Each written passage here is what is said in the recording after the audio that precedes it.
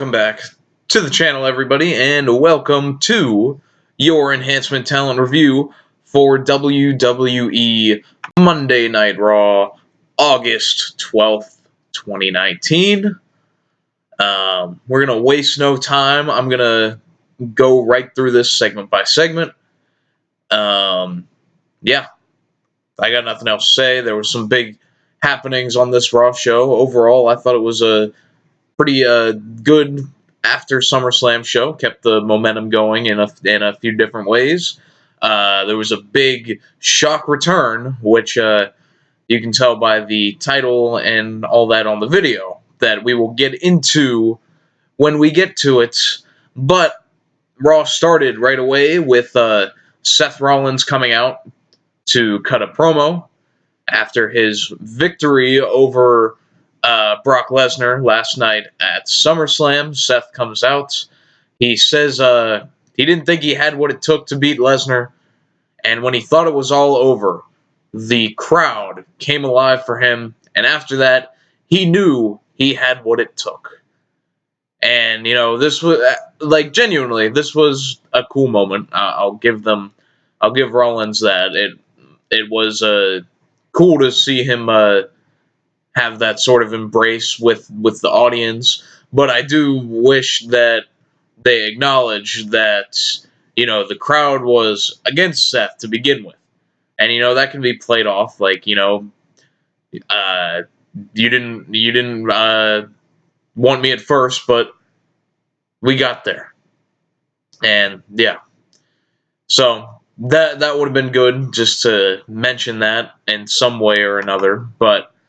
Nonetheless, I thought this was a cool little babyface thing for Seth Rollins, and hopefully they keep him looking as lame as he was a few months ago, and just keep him rolling. AJ Styles comes out with the OC, Gallows and Anderson. AJ challenges Rollins to a match. Rollins says that he used to respect AJ, and now what he's doing with the OC, he doesn't respect him anymore, but he accepts his challenge even though he's already got injured ribs and should not be accepting any challenge 24 hours after that SummerSlam match. But he accepts it. After that, we had the and that would end up being the main event for the show, which we'll get into at the end. After that, we got the Street Profits, the Street Narrators, whatever I'm going to call them, backstage, when Sami Zayn comes in. And, you know, the Street Profits are doing their whole thing. They're hyping up the show. They're narrating in a street way. Yes. And Sami Zayn comes in and tells them that they may like everything now. They're all happy and energetic, and everything's new and shiny. But eventually, he says, this place sucks the life out of you. That's what I feel like that should be in, like, a training video for when you start your new job. Like, that's what I would tell the new hires at my job. Eventually, this place will suck the life out of you. Anyway, Zayn points out, quite rightfully, to Seth Rollins as someone, you know, sucks the life out of, and how, you know, he used to actually be cool, and now he's a nerd, or whatever he said. And he points to Becky Lynch as well, because, you know, he even says, I love Becky Lynch, and when she was the man, it was great, but now it's manufactured, he said. And both of those, very valid points. So, the Street Profits say, does that even happen to someone like Samoa Joe? And, you know, then the camera pans out and you see Samoa Joe standing right behind Sami Zayn as he's giving his answer. Sami says, especially Samoa Joe. And, you know, he cites the Roman Reigns car wreck fiasco last week, and he makes fun of Joe for helping Roman and mocks him. And so Joe, of course, behind him the whole time, interrupts him. Sami tries to backtrack, but Joe says it's too late. He challenges Sami Zayn to meet him in the ring. so he can try to prove to be more than Kevin Owens' water boy, says Joe before he shoves Sami Zayn to the ground. I really liked this segment because it made the backstage environment actually feel like, more of a living and breathing sort of thing. Like, I like when things are set up by segments like that. So I enjoyed that, and it's what I thought was going to establish Samoa Joe as a badass babyface. But we'll get to that in a minute. Out of nowhere, it's announced that there will be a new King of the Ring tournament next week. Next week. Out of nowhere. No prior indication to this. No build up, no anticipation. 1 week away. Crazy, but I am glad that the King of the Ring is being brought back. And hopefully they make this an annual thing. We'll see what happens. Some of the names I know that they said were announced were like Drew McIntyre, Kevin Owens, Baron Corbin. So next week we are going to see the epic return of Baron Corbin. The long-awaited return. More awaited than the return we'll talk about later, even. And my early picks, I have two that I think are a very real possibility. And it just depends on what they're looking to accomplish out of this. And one would be Drew McIntyre. And, we'll get to him later in the show and his great match with Cedric Alexander. I think that they're starting to put a little more stock into Drew McIntyre. Maybe they can finally try to push him up into the main event scene. Maybe he's a future opponent for Seth Rollins. A win at the King of the Ring could help elevate him to that. And then my second possible prediction would be Kevin Owens. Because my main reason is that they're trying to establish Kevin Owens as a top babyface on SmackDown. And, he has the Stone Cold Stunner. There's the similarities between Stone Cold and Kevin Owens. He had the feud with the McMahon, just like Stone Cold. And, what was the defining moment for Stone Cold Steve Austin? Was when he won the King of the Ring, and then after that had the infamous Austin 316 promo, and from there he took over the world. So maybe we could see Owens do something similar. I don't think you can replicate Austin 316, and if they even try to make it look like that, it's not going to come off well. But the similarities in the path of those two, would make sense, and mostly just because I think they're really trying to establish Owens as a top guy. They originally, he was the one they originally wanted to have the match with Daniel Bryan at WrestleMania. Kofi Mania took off, that took that away, and then he turned heel, and then he turned back babyface. So now they're trying to get things back together for Owens. He's one of the most over baby faces I would say they have on the roster, and I think winning the King of the Ring could be a big accomplishment and a big step forward for Kevin Owens. And then there's always the possibility Baron Corbin will win because it's Baron Corbin, and heat and all that. So then we get Sami Zayn versus Samoa Joe. To this point, to my knowledge, Sami Zayn still has not won a singles match on television since returning on, I believe, the Raw after WrestleMania. So that's like 4 months ago. So tough going for Sami. And it did not change here. Joe squashes Sami in short order, taps him out with the Coquina Clutch, and I loved every minute of this, and I'm getting behind Joe as this badass baby face. But then Joe gets a mic, and he cuts a heel promo on the crowd, and he says that he accepts Roman Reigns' apology, but he does not accept any of the fans' apologies. And just cuts a promo on the fans and how much they suck, and how they accused him of such vile and disgusting things. And yeah, this was just strange to me. I was already fantasy booking myself into a Roman Reigns and Samoa Joe tag team. I was ready for it, but with Joe still as a heel towards the fans, I mean, it can still happen, and I think they will eventually have a tag match against Bryan and Rowan. But I'm not sure if they would think about doing a full-time team with the Samoan Joes. So yeah, I don't know. Maybe it'll be a progressive face turn for Joe. Maybe he'll start off this way, and as time goes on, he starts to ingratiate himself more with the fans. I think it would be a good step for Joe to move more towards a babyface role. But now, he's kind of in the middle. He's helping the good guy, but he's not pandering to the crowd, which I can get behind that.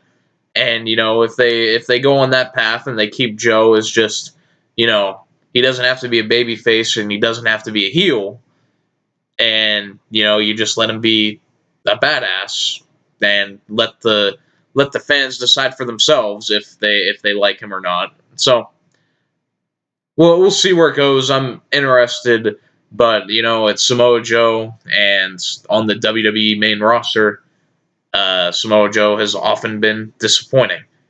So, and not really Joe himself. I mean, you can argue that if you want, but he's just always been the guy that makes all the idle threats, the old Bray Wyatt syndrome, not new Bray Wyatt, but the old Bray Wyatt syndrome. Speaking of Bray Wyatt, we didn't see him on this show, which I'm not opposed to. I'd always like a Firefly Funhouse segment, but we got our fill at SummerSlam, so I was okay with him not being there. But yeah, Joe has the old Bray Wyatt syndrome, where he talks all the talk, but he can't walk the walk.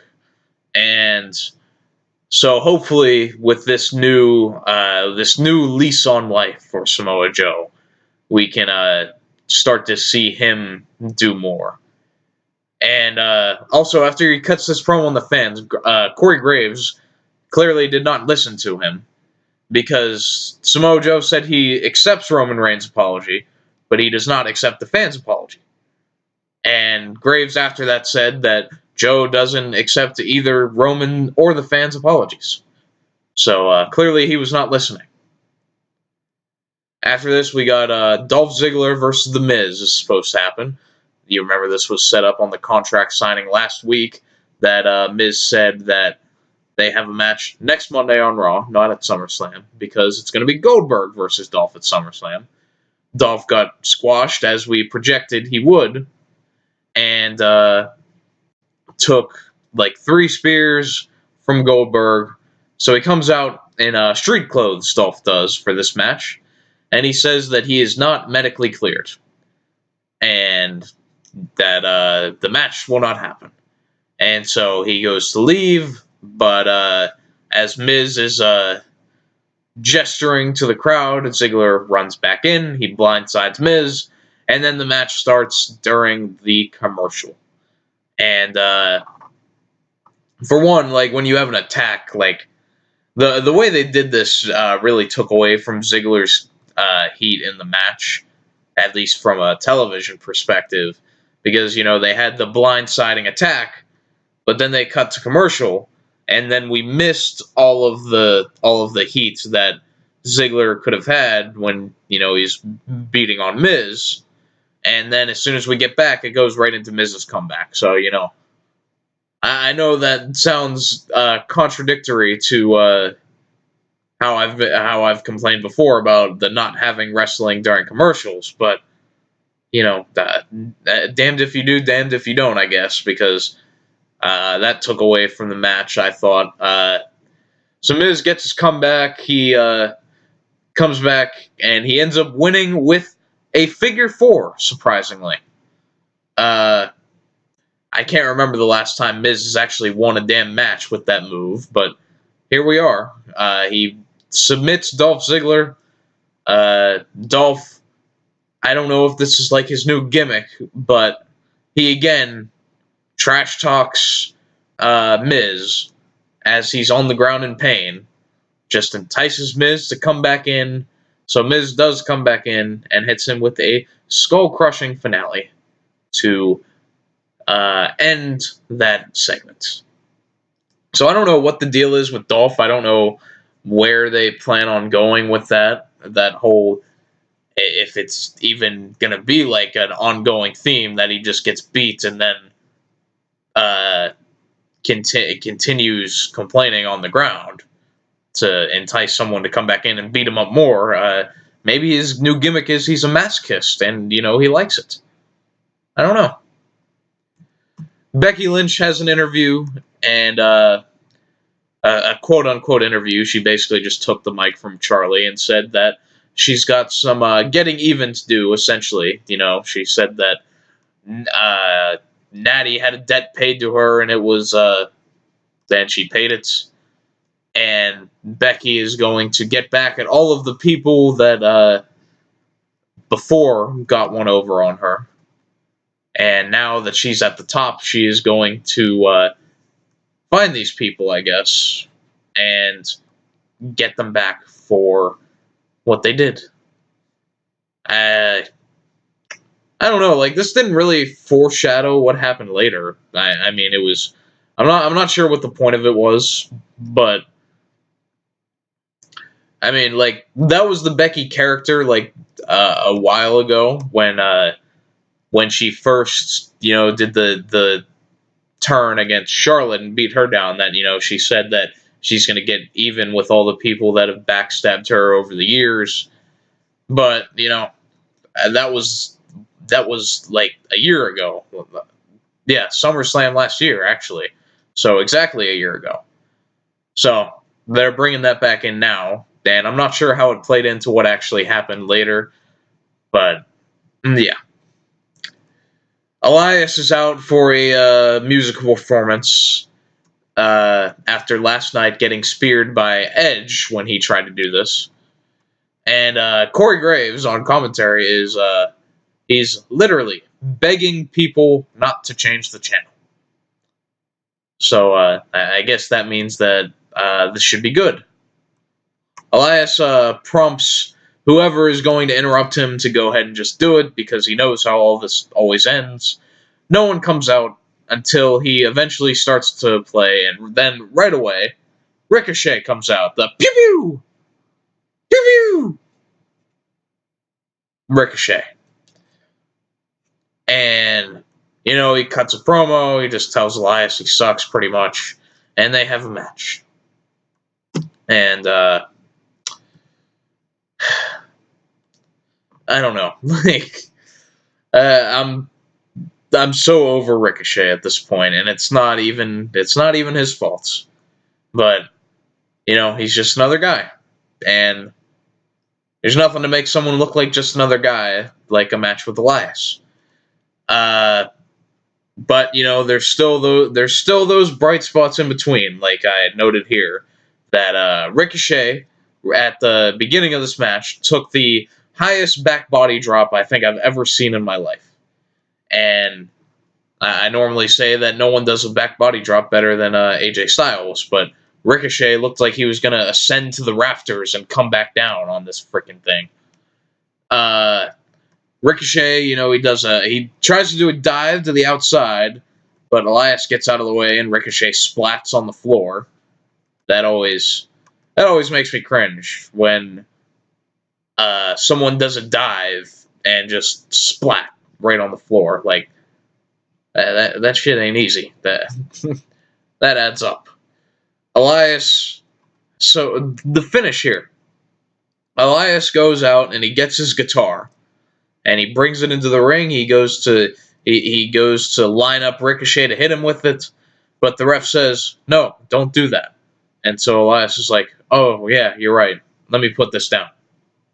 And so off that distraction, Ricochet takes over for a minute, and eventually Ricochet ends up uh, going to the top rope and doing a sunset flip on over Elias and rolling him up and gets the pin, but Elias's shoulder was off the mat, as we could see quite clearly. How the ref did not see this, I don't know. But so he gets a roll up win over Elias, which is bad enough. But then it's not even a real roll up win because Elias's shoulders were up. And yeah, after losing to AJ again last night, they couldn't even give Ricochet a clean win, a decisive win over Elias of all people. Give me a break.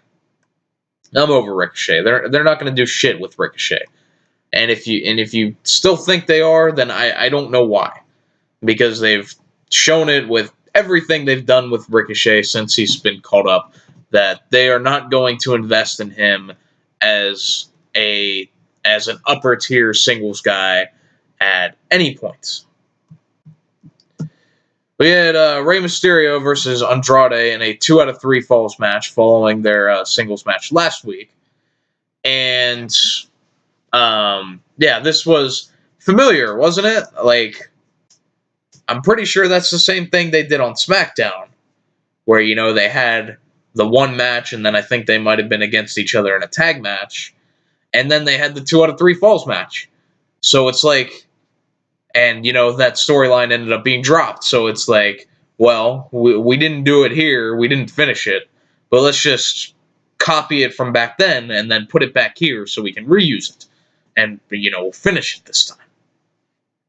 So, Andrade pretty much immediately gets the first fall with a roll up on Rey. He puts his feet on the bottom rope, as well as Zelina Vega holding down Andrade's feet for even more leverage, and that gets the quick pin. I always hate when they do a 2 out of 3 falls match and the first fall is within a minute. And that's another thing, is that the other thing with this 2 out of 3 falls match is that they killed the 2 out of 3 falls match gimmick when they had to do that no wrestling and commercials stuff, and every match was a damn 2 out of 3 falls match. So now, a couple weeks later, I'm supposed to care that Rey versus Andrade is 2 out of 3 falls.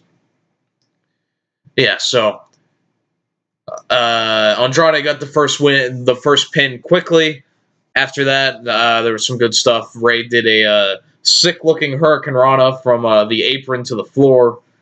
Rey goes for a 619, but Andrade gets his knees up.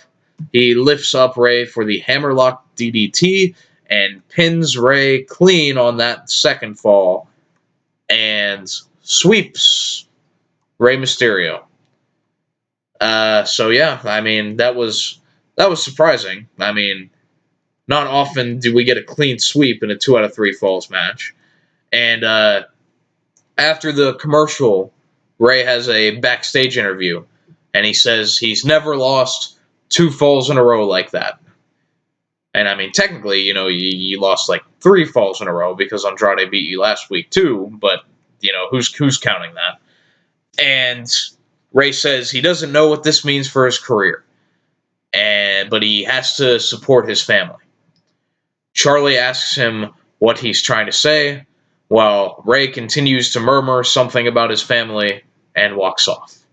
So, what next for Rey Mysterio would be the question to ask here. They made it seem like they're teasing a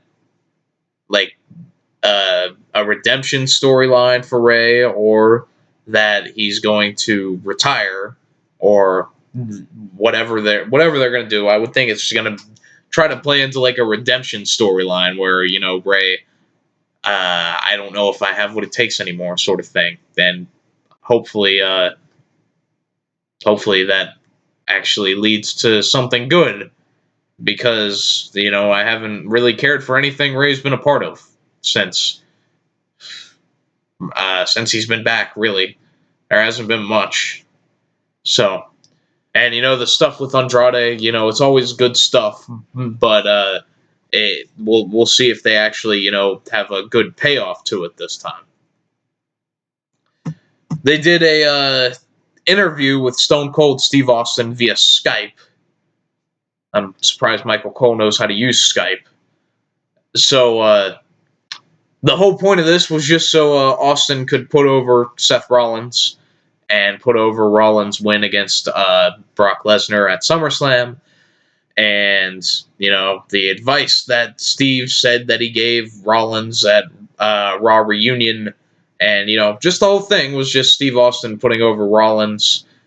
And then at the end, they promoted his new show on the USA Network, Straight Up Steve Austin, which is on after Raw every week, it looks like. So that I'm not sure if I'll actually watch it, but, cool for Steve. But it goes to the point that they're trying to do everything they can to make Seth Rollins likable again.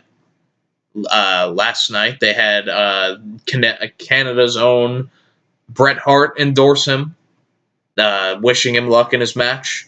And now, in back-to-back nights, they have one of the, probably the most popular wrestling figure as far as how over with the fans Stone Cold was. And you have him endorse Seth Rollins. So, pretty transparent, but, we'll see. But we will see if Seth goes back to being the lame version of himself that he was a few months ago, or if he can keep the momentum going.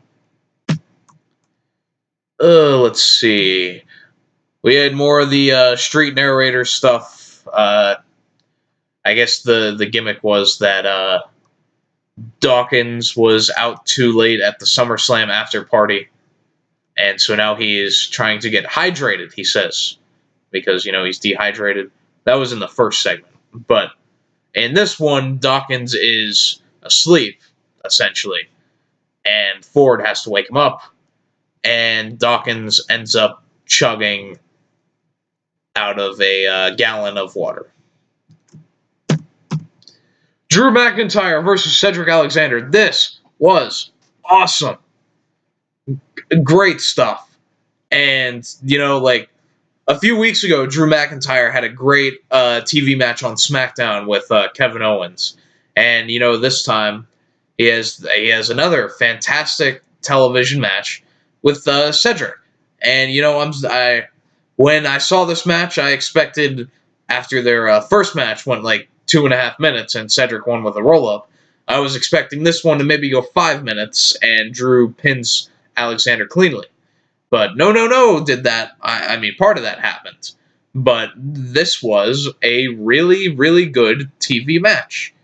And, it's part of the reason that I'm getting so behind McIntyre right now. Like, I've seen some people say that McIntyre can be boring, but, he shows, like, when he's given the chance, when he's given someone like a Cedric Alexander or like a Kevin Owens that he can, work a good match with, he's shown that he has everything it takes. And I hope that, they try to show that off more. And, if you have Drew McIntyre versus Seth Rollins, for instance, in a pay-per-view main event match that's given time, I think that can be a really fun match. But to get into this, one of the big spots, McIntyre did like a tilt-a-whirl slam off the top rope to Alexander. Later, we had Cedric hitting a lumbar check on the outside of the ring to McIntyre, which almost gets him a count-out win, but Alexander sees that Drew gets up at 7 or 8, so he goes for a dive, but gets caught by Drew, and he gets hit with a belly-to-belly landing on the steel ramp. Cedric sells this great. McIntyre lifts him up and throws him back in the ring. McIntyre sets up for a Claymore, but Cedric seemingly is in too much pain to be able to get to his feet for Drew to deliver the Claymore. So Drew goes over, he tries to lift Cedric up, but Cedric was playing possum, hits him with the inside cradle for a near fall. Later, Drew goes for a reverse Alabama slam, but he gets rolled up there for another near fall. Then, after that,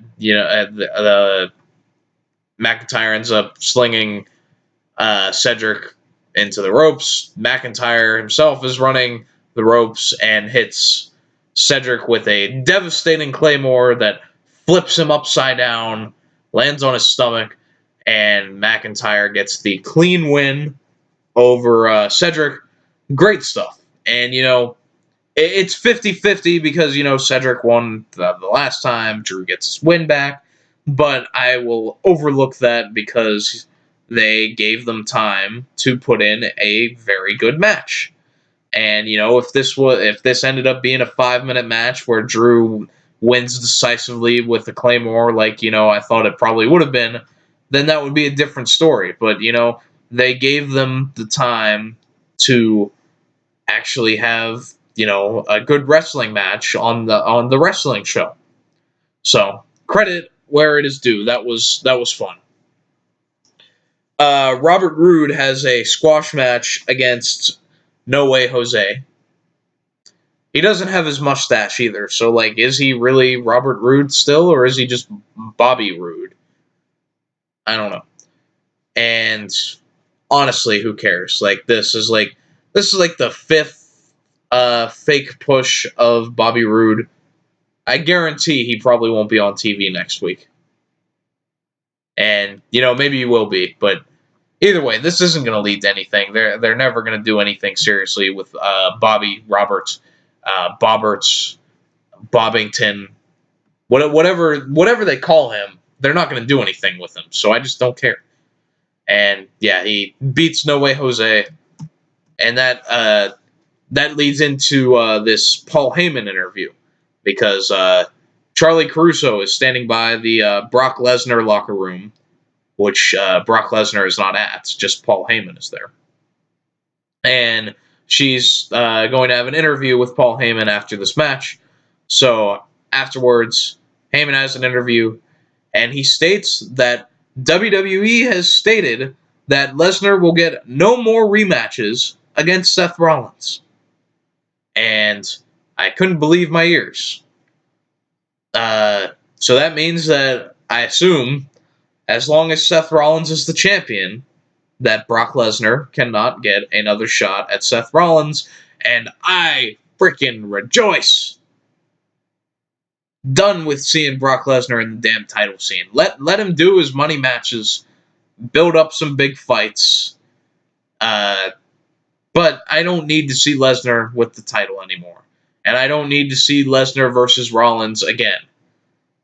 So, good on WWE. And unless they break that promise and just have Brock come back. And, if Vince Russo was booking it, it would just be, Paul Heyman says that, he wrote the script for Brock Lesnar to get a rematch. Because, that's reality, bro. But nonetheless, happy to see that Brock Lesnar will not be in the Universal title in the near future, it seems like. But that may open the door for Lesnar to beat Kofi for his title, possibly even on the debut episode on Fox, I would say, is a possibility. So, don't hold your breath quite yet on Lesnar being out of a title picture. Just watch your back, Kofi. We have the Revival versus Lucha House Party. This gave me flashbacks.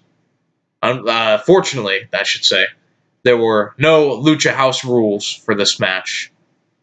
And there also was no meaning to this match other than to lead to the 24/7 title nonsense as R-Truth runs out with Carmella. He's running away from Drake Maverick and all the other guys. Carmella ends up tripping Drake Maverick as he tries to run after R-Truth. The Lucha House Party take out everyone outside with the dives, but the Revival in the ring get a shatter machine on R-Truth. They both pin R-Truth to become co-champions. Rock bottom, indeed, for the Revival. Truth ends up getting it back. He pins one of them with the help of Carmella, and I think the Lucha House Party originally laid out Dawson, I think. But Truth ends up being thrown on top for the cover by Carmella, and Truth escapes with the title. He runs away, and they do this fucking Scooby-Doo shit where Truth, he runs in through how when they go to the back, like where the stage ends, and you go back to the gorilla position, I guess you would say. That, there's two different sides.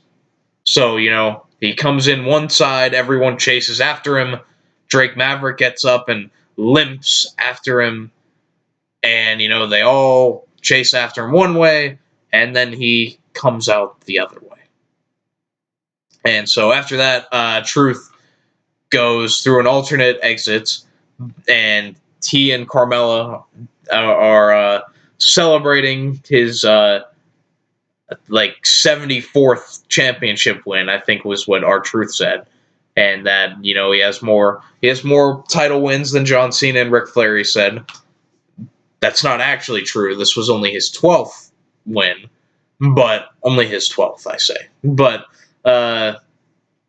they celebrate, they start to dance and all that. But Elias is behind them with the guitar. Carmella spots him, lets out a shriek, and then Elias hits R-Truth in the back with the guitar, and he pins him, and there just so happened to be a referee there to count the fall. I want to know where the hell Carmella went when Elias was pinning Truth, and why she didn't try to help him. But nonetheless, Elias, I think they said this was his third 24/7 title win. So good for him. And he would end up leaving with the title, it seems, because they did not have another segment after this. So for now, Elias is the champion. Yeah, rejoice. Great news for Elias. Staying relevant in these shows. All right, here we go. So Natalya comes out, and her arm is in a sling after the match with Becky Lynch. She says she has a dislocated elbow, and for one, even though this is in Toronto, everyone was just making fun of Natalya in the crowd. It seemed like nobody was invested in anything. They were all just treating it like a joke. But then Natalya mentions her father, and that it's now been 1 year since he passed. And she talked about seeing him in a dream last night, I think. And she's interrupted out of nowhere by Sasha Banks music. And this is the first time we've seen Sasha Banks since WrestleMania in April. And Michael Cole is finally able to say that it is boss time. And, Corey Graves is just going crazy about how disrespectful it is for Sasha to interrupt this moment for Natalya. And that, he knew it all along. She's a glory hog, all that. And Sasha comes out. She at first hugs Natty, but then punches Natty in the face. And then she rips off her wig, Sasha's wig, that is. Or she rips off her hair to show her new hair. And instead of it being pink, it's blue. So, pink for babyface, blue for heel, I guess. And, Sasha continues to beat down Natty. She gets a chair. But then out comes Becky Lynch to try to make the save. She runs down after Sasha. But Sasha ends up laying her out as well. And she brutalizes Becky with the chair. Alright, so. It was. I see what they were trying to do. And they figured, that Natalya was pretty over in her SummerSlam match. So they figured, maybe on this Raw we can get some sympathy out of Natalya so that when Sasha comes back and does the heel turn, that, the crowd will be, it'll get heat. But what they don't realize is that WWE fans are so jaded now that it is so hard to just get behind a sympathetic babyface. And as Sasha is beating up Natalya, the crowd is chanting, "Thank you, Sasha." As Natalya was trying to share this emotional moment, talking about her dad who passed away last year. And the crowd feels no sympathy. I think this is more of an indictment on the world we live in today than just wrestling fans. That, we as people are just so jaded now. And, we don't want to get behind the crying, sympathetic figure. We want to get behind someone with more of an edge. And so it's just so weird because it's hard to put someone in a position where a heel turn will be actually booed today, because especially with Sasha, we haven't seen her so long, so there's the initial reaction of she's finally back, and then from there everyone's just happy to see her, and they're happy that she put an end to this Natalya segment. So. And there are exceptions to this. I mean, there are other. I'm trying to think of a recent one where a heel turn actually got a lot of heat. Daniel Bryan's probably did, but I think this would have been more effective without Natalya. And I'm not sure how you would have done it, but I think if it was just Becky Lynch out there instead of the Natalya stuff, I think maybe the crowd is more invested in Becky Lynch. That, maybe they'd actually be upset about someone beating up Becky. And, she still did beat up Becky, but, that wasn't the heel turn. That was after the heel turn actually already happened. But, truthfully, I doubt that would even do it. But either way, I mean, it was just that they didn't really feel any sympathy for Natalya, so that they didn't care when Sasha came out and beat her up. But this sets up a much-needed change of pace for Becky Lynch. After 3 months of underwhelming matches with Lacey Evans, after a decent match with Natalya, we finally have the Boss versus the Man. And this, Becky so desperately needed a challenger like Sasha Banks, and a heel Sasha Banks at that. Hopefully, this the promos leading up to their eventual pay-per-view match should be great. There, and as long as they're given the ability to go out there and just go back and forth at each other in a non overly scripted way, and let their personalities do the booking for them, I think that this could be a very fun change of pace for Becky. I think Yeah, this is exactly what she needed. So, we'll see where that goes. I don't know if they're going to put the title on Sasha right away, but either way, Becky desperately needed this. After this, we got another Viking Raiders squash match. I don't know what you want me to say. That they killed some jobbers. They did another split screen promo, but I didn't write down the verbiage this time. It was not as bad as the other ones.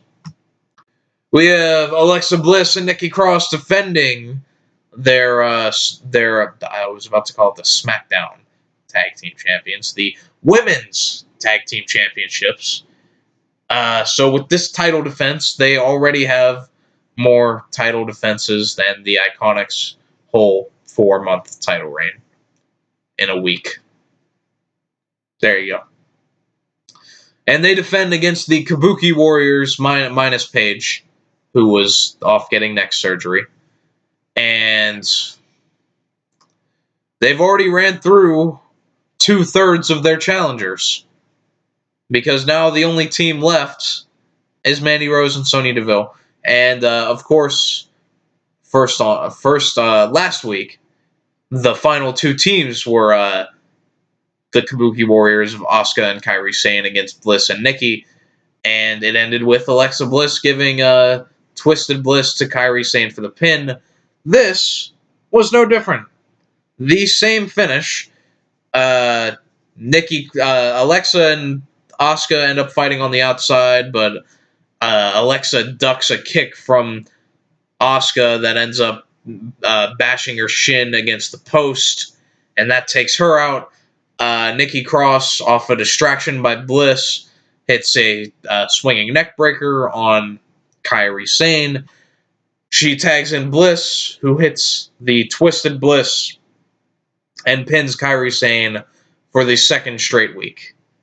So, poor old Kairi, when she's looking in that telescope thing, the whatever that pirate thing is called, I can't. She's seeing nothing but bad things in the future. More losses, more Twisted Blisses. Yeah. So now Sonya Deville and Mandy Rose are the only tag team that is left in this division. So I'm not sure where we go from here. I think that this run is still going to end up being similar to the Iconics run because there's no one for them to face. And, at SummerSlam, they were baby faces against Billy and Peyton. And now tonight they're heels against Asuka and Kairi. So then when they face Mandy and Sonya, maybe they'll be baby faces again. I can't keep up. It's the inconsistency of Alexa Bliss's character knows no bounds. And it rubs off on Nikki. Because Nikki Cross is not the Nikki Cross we once knew. I don't know what that there's no point of even having these titles if they're not going to have an actual freaking division. And the thing is they'll probably just end up pairing two random people. I don't know, what's Naomi doing? Her and I got nothing. Naomi and someone. Maybe Cameron will come back for her WWE return. We can get the Funkadactyls versus Alexa Bliss and Nikki Cross. Maybe that's the direction we'll go in. Seth Rollins versus AJ Styles, champion versus champion in the main event. I think they went 10 minutes of TV time before Rollins is about to go for a frog splash, but Anderson distracts the ref as Gallows threw Rollins off the rope. The ref, not being an idiot, as most refs would, notices that Seth is on the ground and that AJ is still on the ground. So, put two and two together. Obviously, Gallows pushed the man off. So, he ejects them from ringside. And then after that, Rollins starts to get offense in on AJ when Gallows and Anderson run in. They beat down Rollins. They get the disqualification and start to beat down on Rollins. Ricochet comes in to try to save AJ, but gets outnumbered. They set up for a top rope Styles clash on Rollins, but Braun Strowman's music hits. He comes down, he clears the ring with ease, hits 2 power slams on AJ, and he then goes out, gets the Universal title. He looks at it and hands it over to Seth Rollins, and they shake hands as the show goes off the air. And this seemingly is going to set up Braun Strowman versus Seth Rollins. At least I would think that by, what they did at the end. But, and, Ricochet is now in that picture too, which makes no sense. And Ricochet was clearly the odd man out because, he just got tossed aside when he tried to run in, but Braun was able to clear house easily.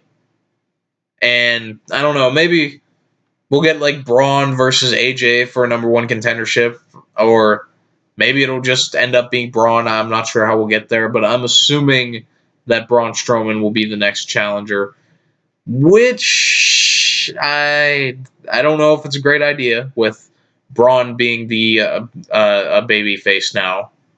And Braun obviously is not as over as he once was, and you can blame the inconsistent booking of him for that. The tag teaming with a 12-year-old and then turning heel for no reason just to feed him to Roman Reigns and all of that. We can look at that. But Braun still has the ability, I think, to overwhelm Seth's popularity if, they start making Braun look cool again. I think that he can end up being the more over person of the two. So it's a tough ground when we're trying to set up Seth as the top babyface, but you put him against another babyface right away. But maybe that's not the direction they're going to go in. Maybe it'll go somewhere else. I can't imagine that they'll do AJ versus Seth for the title, but maybe they will. Maybe it could be title versus title. Seth could go back to having the United States and WWE Championship, or I guess it would be the Universal Championship this time. But we can go back to that Seth Rollins, and maybe that's how you can put him over as even more of a top baby face, is that he's defending both titles. I don't know, but Braun will be a tough challenge if they go with him.